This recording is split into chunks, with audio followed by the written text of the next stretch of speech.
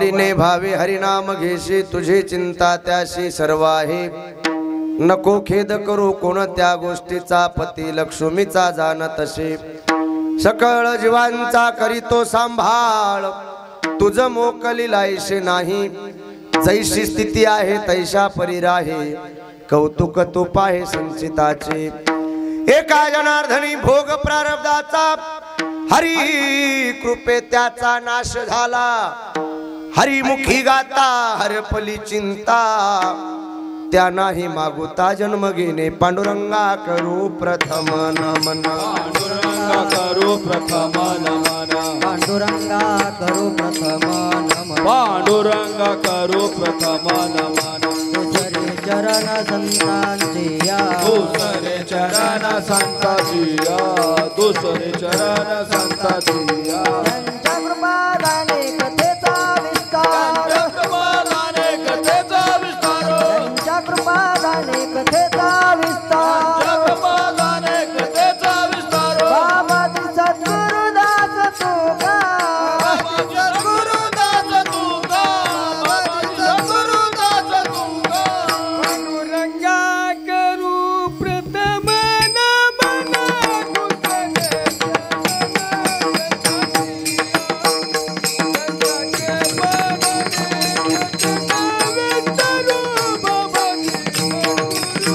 पांडुरंगा करू प्रथम नमन दुसरे चरण संतांची या। त्यांच्या कृपादाने कथेचा विस्तार बाबाजी सद्गुरुदास तुका। पांडुरंगा करू प्रथम नमन दुसरे चरण संतांचे या। त्यांच्या कृपादाने कथेचा विस्तारू बाबाजी सद्गुरुदास तुका। ध्येयं सदा परिभग्नमभीष्टदोहं तीर्थास्पदं शिवविरिञ्चिनुतं शरण्यं भृत्यारतिहं प्रणतपाल भवाब्धिपूतं वंदे महापुरुष ते चरणारविंदम। ओम नमो ज्ञानेश्वरा करुणाकरा दयाळा तुमचा अनुग्रह लादलो पावन झालो चराचरी।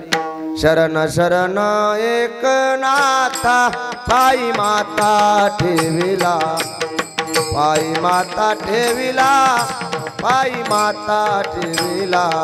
शरण शरण प्रबंध वाढले पायी माता ठेविला पायी माता ठेविला पायी माता ठेविला।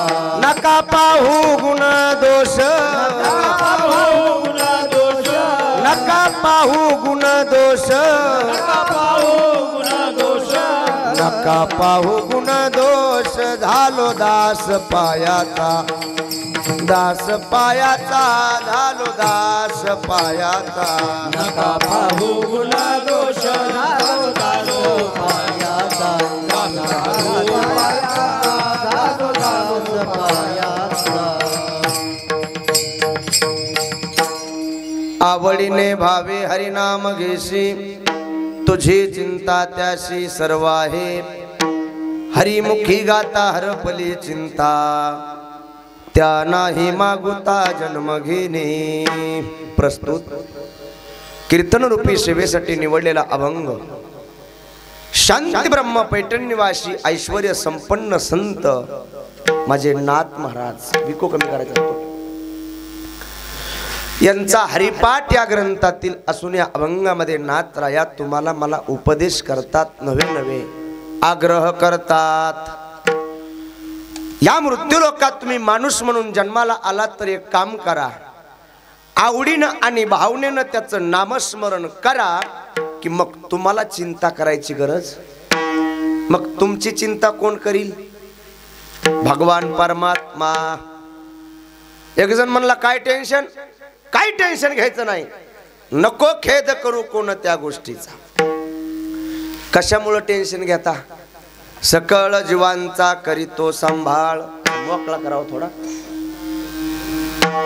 एक जण म्हणला महाराज पण काय करू, सकाळी खाल्लं तर दुपारी खायला नाही। म्हणले जैशी स्थिती आहे तैशा परी राहे। आणि तुझ्या ज्या प्रारब्धाचा भोग आहे त्याचा देखील नाश होईल, पण त्या देवाचं नामस्मरण करा. ते जर सौम्य प्रारब्ध असेल तर होईल, तुम्ही काही करून ठेवला असेल त्याचं नाही होणार. विठाला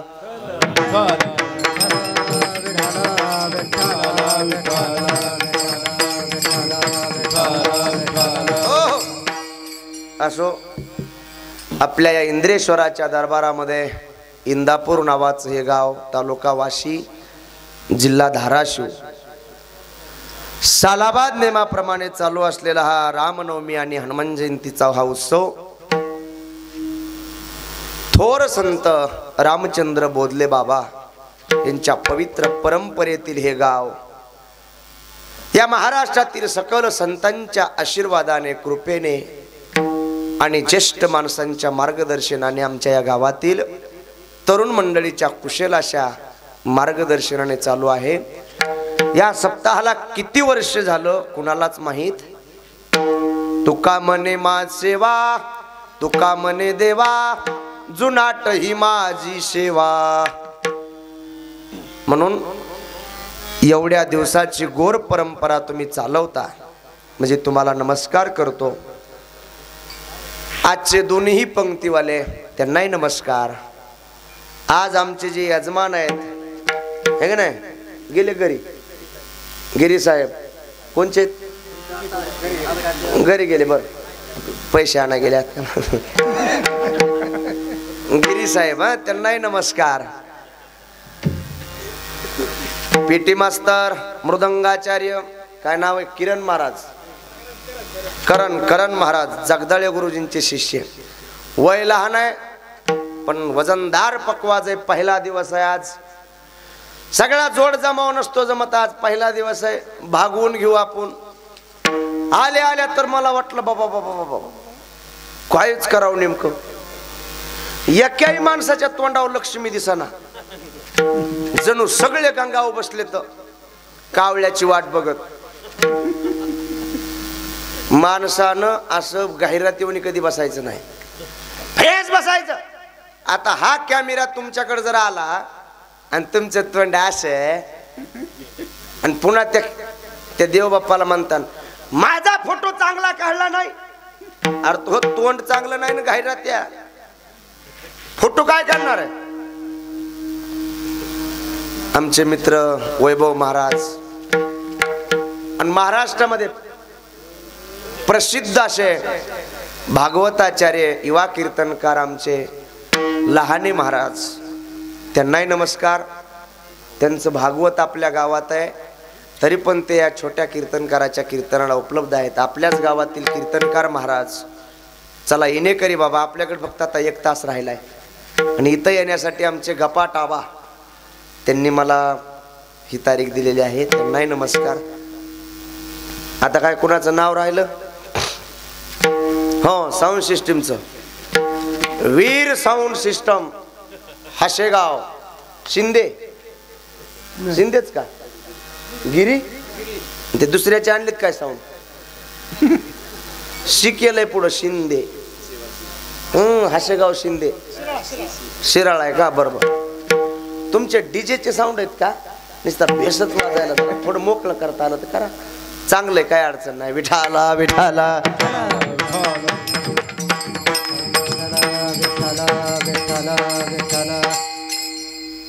तुम्ही टाळकऱ्या का बघायचं नाही, तुम्ही भक्त माझ्या का बघायचं. असा कीर्तनकार वाजवायचा पुन्हा इकडं आला नाही पाहिजे, ढिल्यावाने वाजवायचंच नाही. सज्जनानो, या अभंगामध्ये नाथराया उपदेश करतात. आता करण्याचा आवाज नका वाढू, हितलाच आवाज द्या. लय हुशार माणूस आहे, करण्याचा आवाज गोड लागत नसतो, हितला साऊंडचा द्या. नाही ते सगळं करायचे पण आमच्या कानावर नाही पडला पाहिजे. मला कळत आहे त्याच्यातलं. विठाला विठाला विठाला.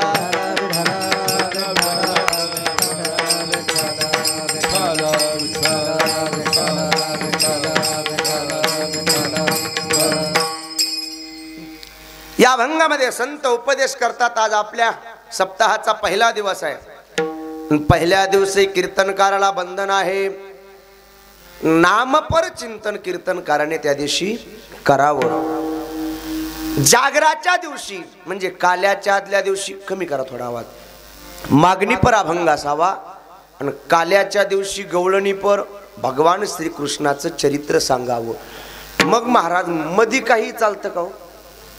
मधल्या दिवसात मधी सुद्धा बंद नाही. भक्ती ज्ञान विरहित इतरा, भक्ती ज्ञान विरहित इतरा गोष्टी ज्ञान विरहित इतरा, भक्ती ज्ञान विरहित इतरा, भक्ती ज्ञान विरहित इतरा, गोष्टी ना करा भक्ती ज्ञान विरहित इतरा. प्रेम भरे वैराग्याच्या युक्ती विवराव्या, प्रेम भरे वैराग्याच्या युक्ती विवराव्या, प्रेम भरे वैराग्याच्या युक्ती विवराव्या,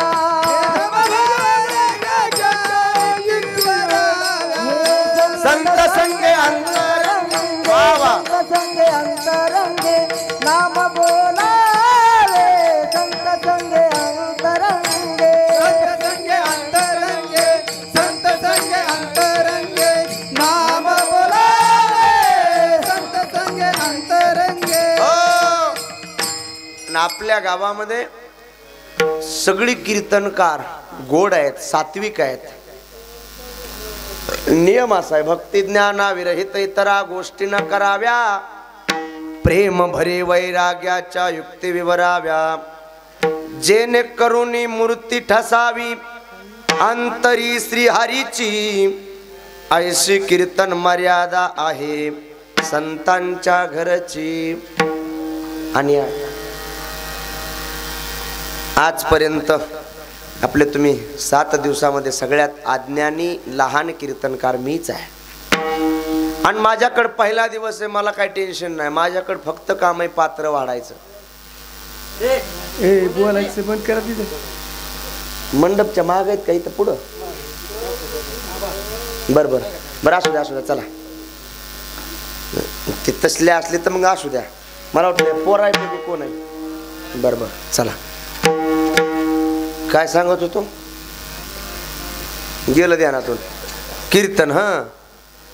पहिल्या दिवशी कीर्तनकाराकडे काय काम आहे, फक्त पात्र टाकायचं. मग उद्या कुणी जामून टाकील, कुणी बासुंदी टाकील, कुणी मीठ टाकील. पण लक्षात घ्या, उद्या कोणताही पदार्थ जरी आला तरी माझ्याच पात्रावर खायचा. विठाला विठाला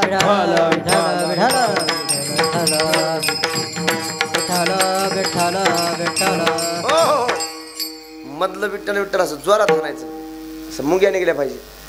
आणि पक्वाज वाजल्याशिवाय कीर्तन करायचं असं डोकं हे होत. खरे की नाही महाराज. पण चला असू द्या. म्हणून आज थोडी सेवा आणि गोड सेवा करायची. सज्जनानो, या मृत्यू लोकामध्ये अनेक जण उपदेश करतात. वेद उपनिषद, वेद करतो उपदेश, उपनिषद उपदेश करतात, शास्त्र उपदेश करतात, संत उपदेश करतात, महापुरुष उपदेश करतात, आणि मायबाप उपदेश करतात, मित्र उपदेश करतात. पण आता याच्यातला या सगळ्यांचा वेगळा वेगळा उपदेश आहे. वेदाचा उपदेश वेगळा आहे, संतांचा उपदेश वेगळा आहे, शास्त्र पुराणाचा उपदेश वेगळा आहे, माता पित्याचा उपदेश वेगळा आहे, गुरुचा उपदेश वेगळा आहे, आणि सज्जनानो महापुरुषांचा वेगळा आहे, आणि आपल्या मित्रांचा वेगळा आहे, बायकोचा वेगळा आहे. बायकोचा उपदेश ऐकला पाहिजे का नाही. पेटी मास्तर लग्न झालंय तुमचं, नसलं झालं तर बघतो मी काहीतरी. झालंय तुमचं दोघाचं, आणखी दुधे दातच पडले नाहीत तुमचे. बायकोचा सुद्धा चांगला असेल तर ऐकावं माणसानं. आणि ऐकलं का नाही हो, कुणी ऐकलं. ज्या रामप्रभूचा हिंदू धर्माचा अलौकिक असा ग्रंथ ज्या तुलसीदासांनी लिहिला, त्यांचा गुरु कोण आहे. कोण आहे गुरु. बायको गुरु आहे त्यांची पत्नी रत्नावली नावाची. एखादा माणूस जर रागाने बोलला तर त्या माणसाला राग येईलच का नाही माहित नाही. पण एखाद्याची जर बायको रागाने बोलली तर माणसाला राग येतो का नाही? आणि आमच्या तुलसीदासाला राग आला आणि वैराग्य निर्माण झालं आणि रामायणासारखा पवित्र ग्रंथ लिहिला. पुनी पुनी कीर्तनी हो सुनी सुनाई. सारखं सारखं सारखं आपल्याला ऐकू वाटतं, हे की नाही? आणि असला ग्रंथ ज्यांनी लिहिला त्यांचे गुरु कोण आहे तर बायको आहे. म्हणून चांगलं सांगितलं तर बायकोचं ऐकावा. महापुरुषाचा उपदेश आहे. काही महापुरुष आपल्या जगामध्ये हे होऊन गेले. या भारत देशामध्ये सातारा जिल्ह्यामध्ये कराड तालुक्यात एक महापुरुष झाला. त्या महापुरुषाचं नाव आहे विष्णू बाळा पाटील. ऐकून आहेत का तुम्ही? हा महापुरुष ज्यावेळेस फासावरती चालला उघड्या गाडीत पोलिसाच्या, जशा माझ्या माऊलीचा सोहळा जावा अशी लोक वाट लावण्याकरता होती महाराज. का? माणूस सच्चा आणि खरा होता. पण त्या व्यक्तीनं जाताना उपदेश केला, वैर करू नये कुणाशी, राग धरू नये कुणाचा, माझ्या भावा बहिणीनो तोल सावरा मनाचा, तोल सावरा मनाचा. स्वरात आहे का पण आमचं? नाही तो गयगडीकडे जायचं. विठाला विठाला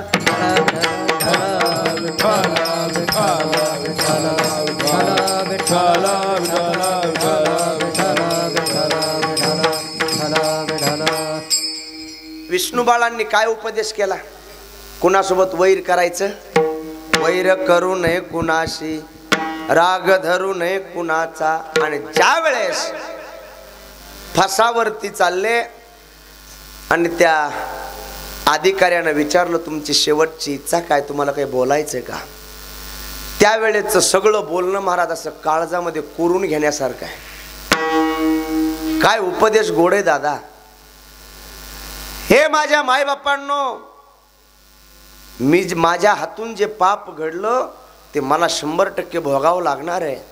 पण हे पाप तुम्ही करू नका.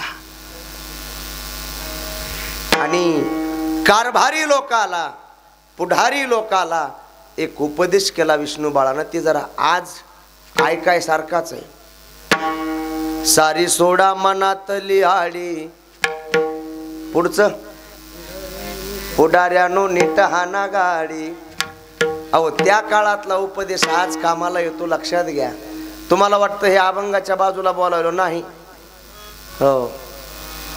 तुमचा शहाणपणा पाहून लोकांनं दिले निवडून, नका ठेवू मनामध्ये आडी, पुढाऱ्यानो नीट हाना गाडी. तुम्ही म्हणता पुढारी म्हणजे हे राजकारणी का हो? नाही, त्यांचं आम्हाला घेणं देणं नाही. प्रत्येक घरामध्ये पुढारी आहे. घरातला पुढारी कोण आहे? महिला मंडळ.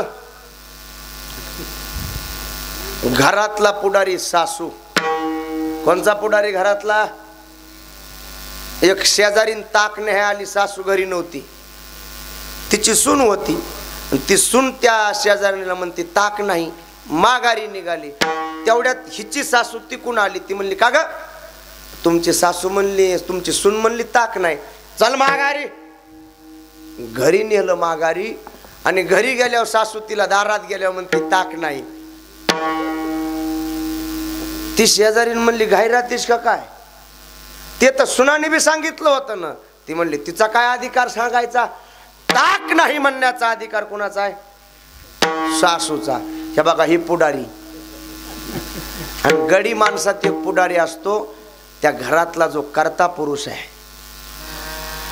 4 भावाचं कुटुंब असू द्या, त्याच्यातला जो शहाणा आहे त्याने नीट नियतीनं जर प्रपंच केला तर 50-50 वर्ष घर फुटत.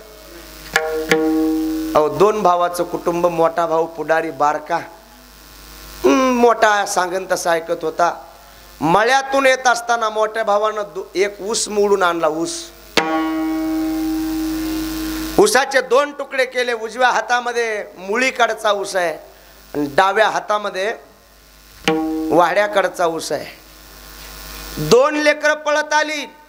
उजव्या हाताकडून बारक्याचं लेकरू पळत आलं डाव्या हाताकडून स्वतःच लेकरू पळत आलं. अहो जसा ऊस आणला तसाच द्यावा की काय केलं यानी? हे बघितलं बारक्या भावानं आणि बारका भाऊ म्हणला आजच वेगळं राहायचं. मी पुढाऱ्यावर बोलतोय, घरातल्या पुढाऱ्यावर. हा उपदेश ऐका महाराज, खूप कामाचा आहे. तसं संत देखील उपदेश करतात, पण संतांनी समाजाकडे नजर टाकली आणि पाहितलं अरे अरे अरे या सगळ्याला जर सारखा उपदेश केला तर हे नुसते झोपतील. मग अधिकार तैसा करू उपदेश, अधिकार तैसा करू उपदेश. बोला कार तैसा करू उपदेश. अधिकार तैसा करू उपदेश. साहेब जत्यास तैसे देऊ,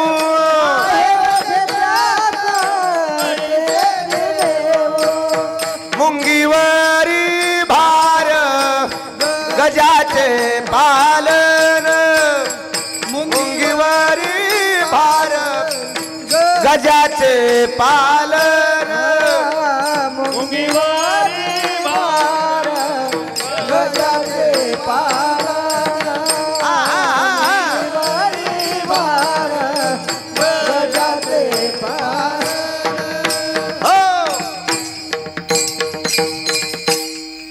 संत म्हणले आपण बघू जरा वेगळा वेगळा उपदेश करून.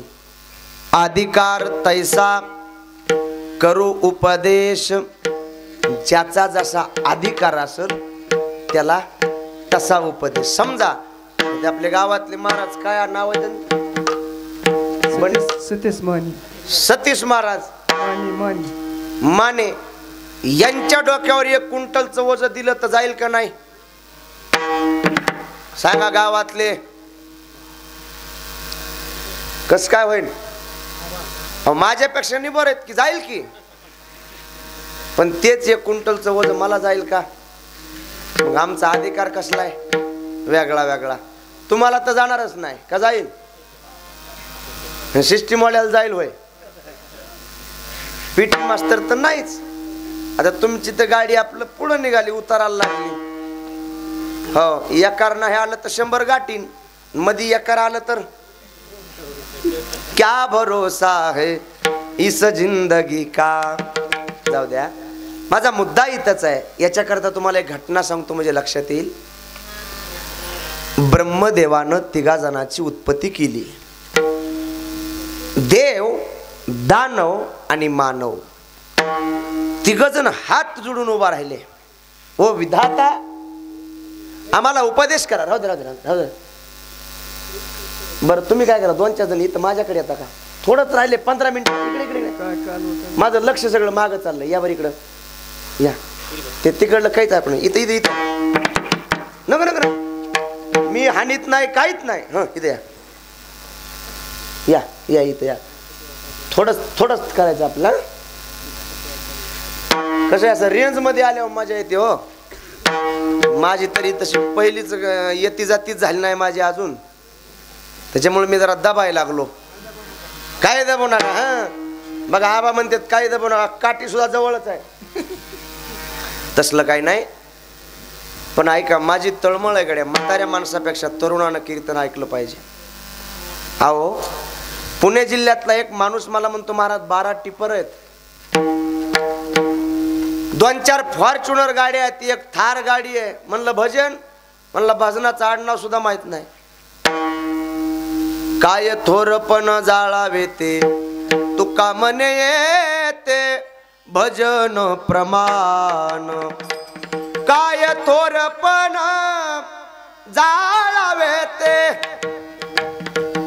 तुमच्या प्रॉपर्टीला खरंच किंमत नाही. तुम्ही इथं बसलात, उठून घरी जाताल का नाही तुम्ही सांगू शकत नाहीत. पण तुम्ही जे भजन केलंय, भजन म्हणजे नेमकं काय हो? हे आम्ही जे करतोय ते नाही, याची बी नाही गरज तुम्हाला. फक्त नियतीनं प्रपंच करा आणि नियतीनं वागा.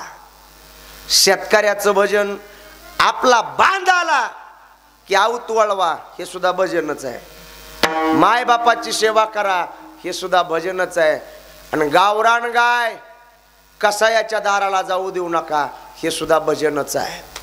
हो, अरे ते कसाई लोक काय सांगावं रे दादा, जिवंतपणी तिच्या अंगावर गरम पाणी ओततेत आणि जिवंतपणी तिची कातडी काढल्या जाते. जिवंतपणी ती काय शेतकऱ्याला आशीर्वाद देत असेल.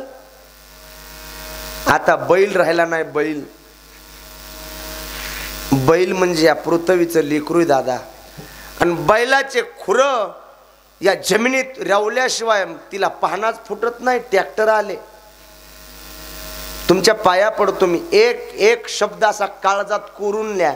मी मोगम काहीच बोलत नाही, फक्त बारीक आहे का. जी सुधारणारी माणसं आहेत एकच कीर्तनात सुधारतात, त्यांना हजारो कीर्तनाची गरज नाही. ब्रह्मदेवाला म्हणले आम्हाला उपदेश करा. ब्रह्मदेवानं सांगितलं मी उपदेश करतो, पण फुकट उपदेश करणार. फुकट उपदेश केलेला पचत नसतो. लक्षात येतंय का ओ महाराज. फुकट केलेला उपदेश, शिर सिंधूची आ पैल तिरी, उमेची आ कर्ण कुहरी. जे गुह्य ज्ञान आहे भगवान शंकर पार्वतीला सांगू लागले, पण सांगता सांगता ऐकता ऐकता पार्वती झोपली. आणि विष्णू परमात्म्याला वाटलं आता एवढा मोठा बाबा पगाळलाय आणि हे जर ज्ञान फुकट वायाला गेलं तर काय उपयोग. मग भगवान विष्णू माशाच्या पोटात जातात आणि ते ज्ञान ग्रहण करतात. पण कसं ऐकिलं, लपून ऐकिलं, फुकट ऐकिलं, पचलं नाही. जाताना बारीक होऊन गेलता देव, येताना कसा आला, अहो पोटच फाडलं माशाचं. मग हे चुकीचं आहे का खरं आहे. देवाचं हे खरं आहे का चुकलं सांगा ना. जे आहे ते बोलायला काय अडचण आहे. मी का देवाचा विरोधक का नास्तिक आहे का काय. त्या दिवशी देवाचं चुकलं म्हणून कलियुगामध्ये विटेवर देव उभा राहिला आणि तो मासा आला आणि देवाचा कानच धरला. धरला की नाही कान. मकर कुंडले तळपती श्रवणी. काही माणसाचा प्रश्न आहे पांडुरंगाच्या कानामध्ये मासे कमून, त्याचं कारण हे विठाला विठाला.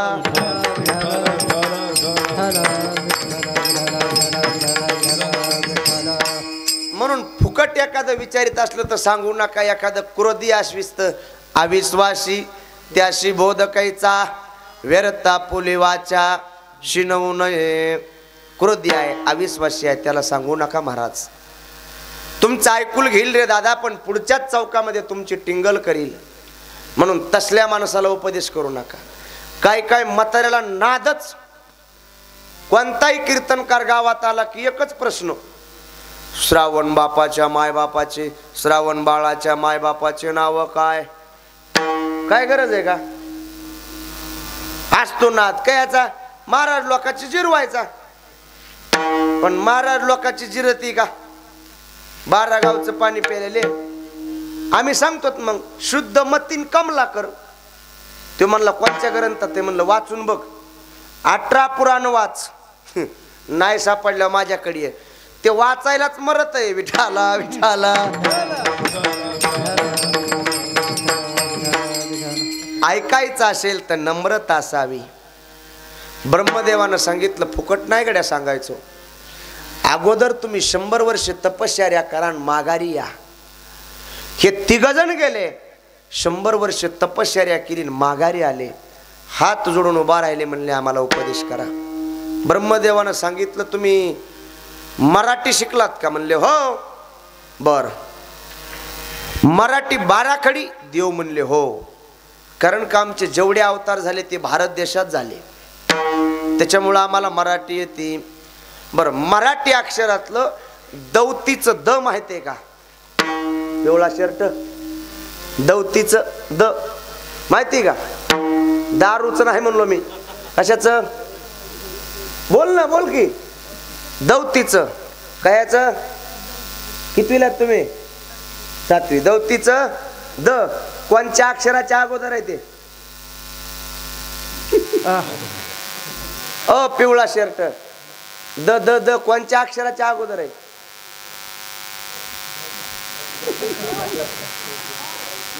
हे सगळे इंग्रजी शाळेचे परिणाम. अरे कितीतरी महाराज माझ्या माऊलीला भाषा येत होत्या हो. 56 भाषेचा केला शे गौरव. आळंदीच्या माऊलीला अनेक भाषा येत होत्या, पण केली शे मराठी. गीता देवी मराठीच का निवडली? मराठी भाषाचं एक वजन वेगळंच आहे. हिंदी भाषा असेल, इंग्रजी असेल, पण मराठी भाषा असली डायरेक्ट काळजालाच लागती बघा. म्हणून माऊलीनं मराठी निवडली. म्हणून मराठी माणसानं मराठी बोला. विठाला विठाला. हो ते म्हणले कळत. बर मग तुमच्या करता तेवढाच उपदेश जा. देव गेले साईटला. दुसरा नंबर दैत्याचा, तुम्हाला सुद्धा द साईटला. आणि तिसरा नंबर तुमचा माझा, तुम्हाला सुद्धा द. तिघाला उपदेश करताना दच दिलंय, पण या तिन्ही दचा अर्थ मात्र वेगळा आहे. तुम्ही म्हणताना अर्थ कमून वेगळा आहे, ह्या तिघाचा अधिकार वेगळा आहे. कुणाचा? देव, दानव आणि मानव. ह्या तिघाचा अधिकार वेगळा आहे. त्या 33 कोटी देवाला विचारलं ब्रह्माने, म्हणले तुम्ही या दचा अर्थ काय घेतला? ते म्हणले आम्ही देवता जरी असू तरी आणखी आम्हाला काम क्रोधावरती विजय प्राप्त करता आला, म्हणून आमच्या करता या दचा अर्थ काम क्रोधाचं दमन करा, काम क्रोधाचं दहन करा. चला पुढं. दुसरा नंबर दैत्याचा. दैत्याला विचारलं तुम्ही या दचा अर्थ काय घेतला? दैत्यानं सांगितलं आम्ही लोकाला पीडा देतो, त्रास देतो, म्हणून आमच्या करता या दचा अर्थ दया करा. आता बारीक आहे का? इवाई कोणीकड? इवाई कोणीकड? पाणी पे. अरे पाणी द्या महाराजाला. काय माणसं द्या. विठाला विठाला.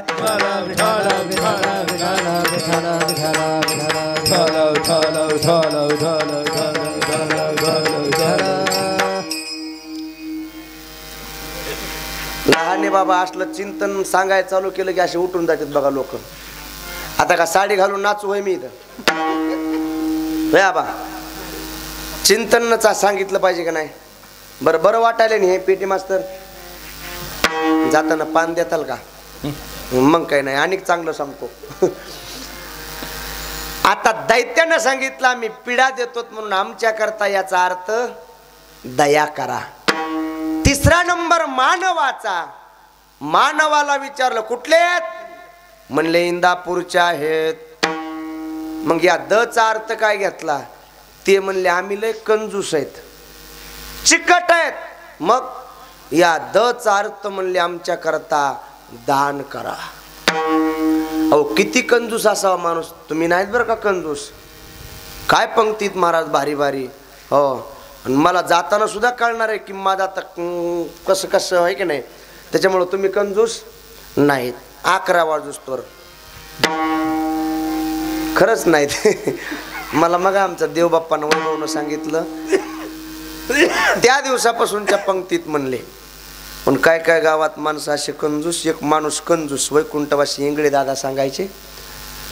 ते गेलं धाराशिवला बाजारात आणि चिकट अंगाव कपडे भारी, नावाचा पाटील पण खंदारी चोरट. गेलं नाही का माळव विकणाऱ्या बाईचा नजर चुकीने पिरू चोरला, पण बाई ढिली नव्हती बाबा. धरला माणूस गचुऱ्याला. भर बाजारात बाईनं माणूस चपलीनं मारला.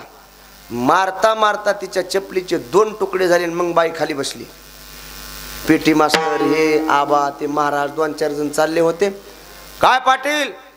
भर बाजारात एका बाईचा मार खाल्ला राव. म्हणले माझं काय गेलं? तिची चप्पल तुटली. महाराज एवढे कंजूस असतात का कुठं? एक म्हातारा रोज देवाला अगरबत्ती ओवाळायचं आणि ओवाळायचं झालं की विजवायचं. दुसऱ्या दिवशी तीच असली एक अगरबत्ती ओवाळू ओवाळू वाघानं 50 एकर कमवली, पण त्याच्या देखताच पोराने इकली. पण एक दिवशी त्याच्या लक्षात नाही अगरबत्ती विजवायची. म्हातारा मळ्यात गेलो आणि मळ्यात गेल्यावर पोराच्या लक्षात आलं आपलं म्हाताऱ्याच्या अगरबत्ती विजवायची राहिली. म्हातारा पळत गावात, पण म्हातारा येईपर्यंत त्याच्या बायकोनं अगरबत्ती विजवून ठेवली होती. म्हाताऱ्याला म्हणती, रानातून गावात आलात? हो. मला वाटलं अगरबत्ती तशीच राहते का काय, मी विजवली. पण तुम्ही मला सांगा, मळ्यातून गावात येईपर्यंत तुमच्या बुटाची घसई किती झाली? म्हातारा म्हणला, मला माहिती तू हा प्रश्न विचारशील म्हणून तर मी बुट बगलात आणलेत म्हणला. है की नाही? कास या जन्मा आला तो पाषाण, जळत होऊन कापडला नाही.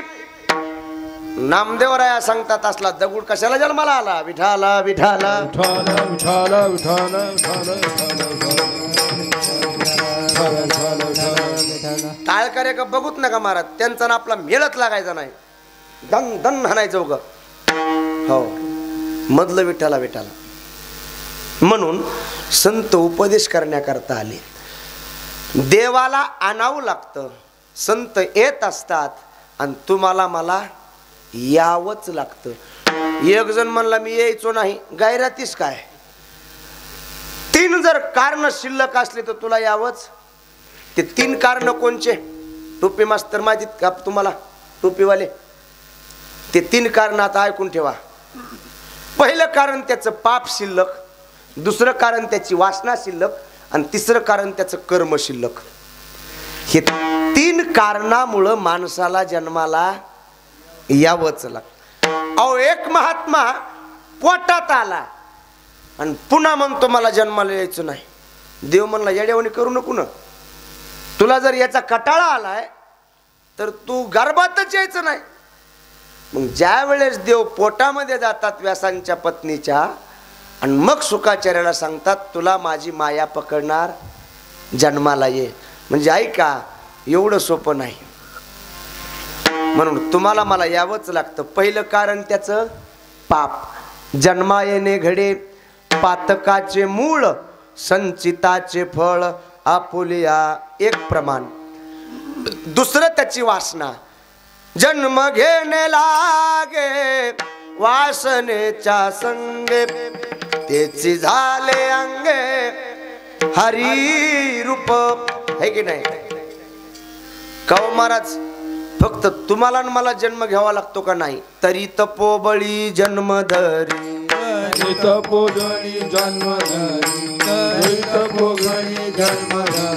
वासनेचा संग होय अंतकाळी, वासनेचा संग होय अंतकाळी, वासनेचा संग होय अंतकाळी, वासनेचा संग होय अंतकाळी. तरी तपोबळी जन्म धरी, जय तपोबळी जन्म धरी, जय तपोबळी जन्म धरी.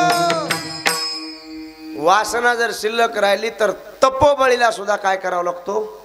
जड भरत राजा हरणी गर्भा गेला, घाला तो घातला वासनेने. महाराज कशाला म्हणायचं वासना?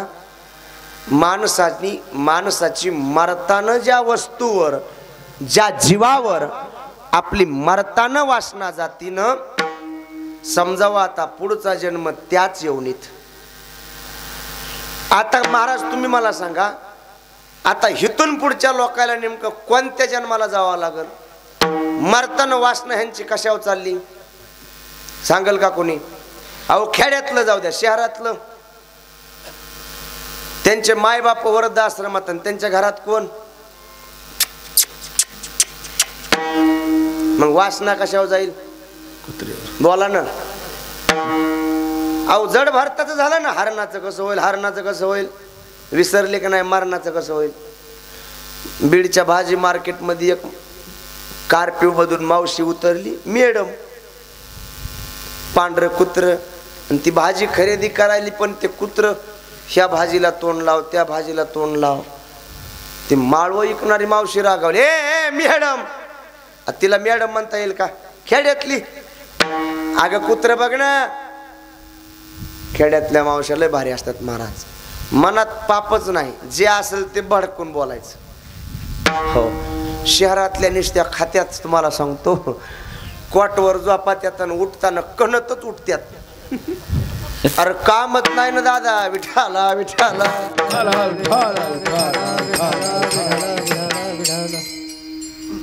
आता कशाला लांबू मी, पण खरं सांगू का, जुन्या काळातल्या माझ्या माता भगिनीला कामं होते लहाने महाराज, त्यांची डिलिव्हरी सुद्धा नॉर्मल व्हायची. तुमच्या समोर जो कीर्तनकार आहे, माझी माता, माझी माय 9वा महिना चालू असताना देखील ऊस तोडत होती. ऊसाच्या फडात गोदावरी कारखान्यावर बाळांपणाच्या कळा पोटात आल्या.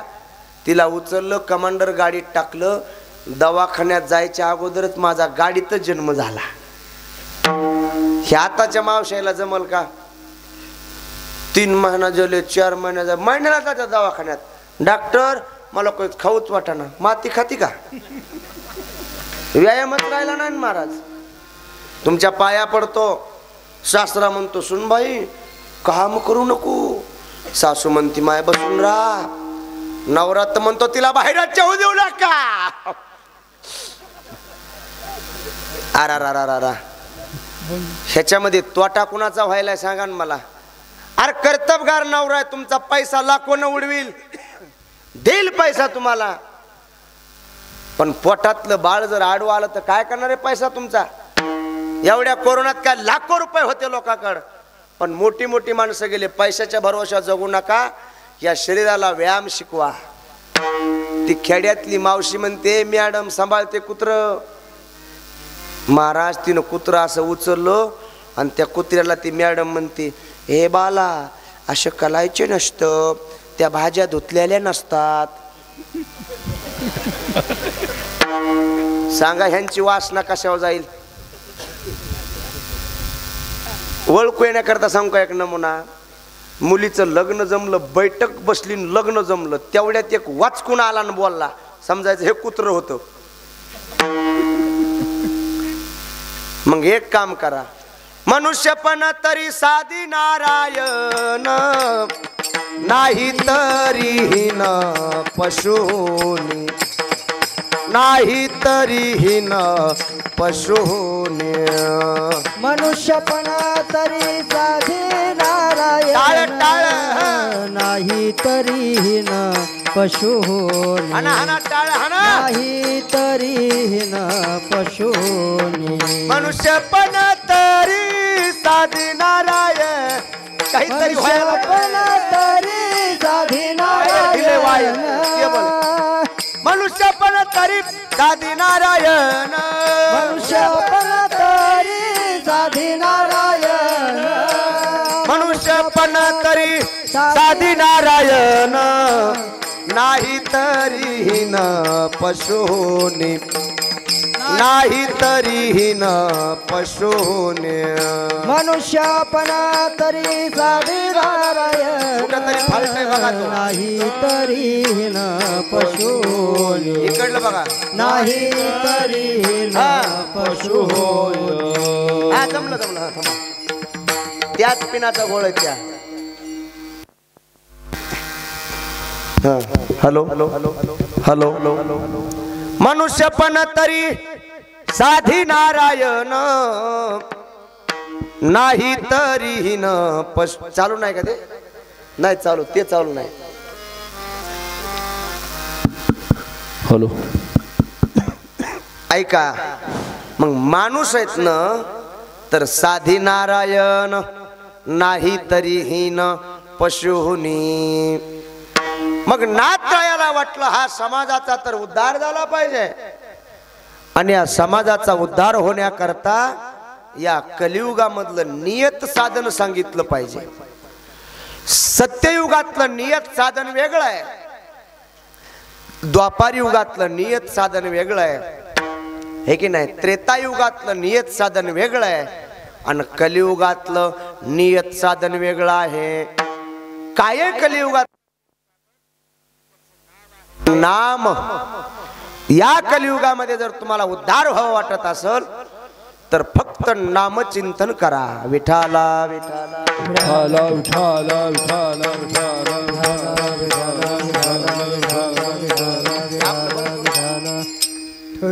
ते त्याच्यात काय एवढं असं गोड नाही येणार आज हे.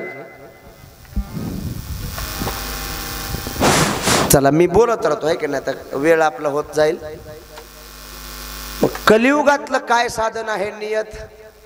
कलियुगा माझी करावे कीर्तन तेने नारायण. कलियुगामध्ये दुसरे साधन जमत नाहीत का? नाही ना जमत. अवघ्या वाटा झाल्याशीन अवघ्या वाटा झाल्याशीन कलीन घडे साधन कलीन घडे साधन उचित विधी विधान उचित विधी विधान न कळे न घडे सर्वथा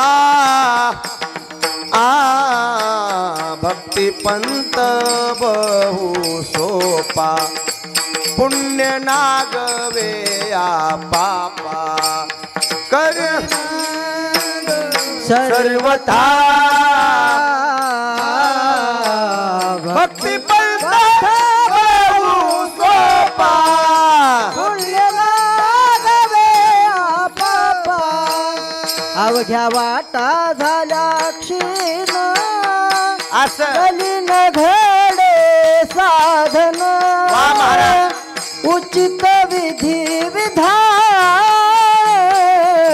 नकळे न घडे सर्वथा अवघ्या वाटा झाल्या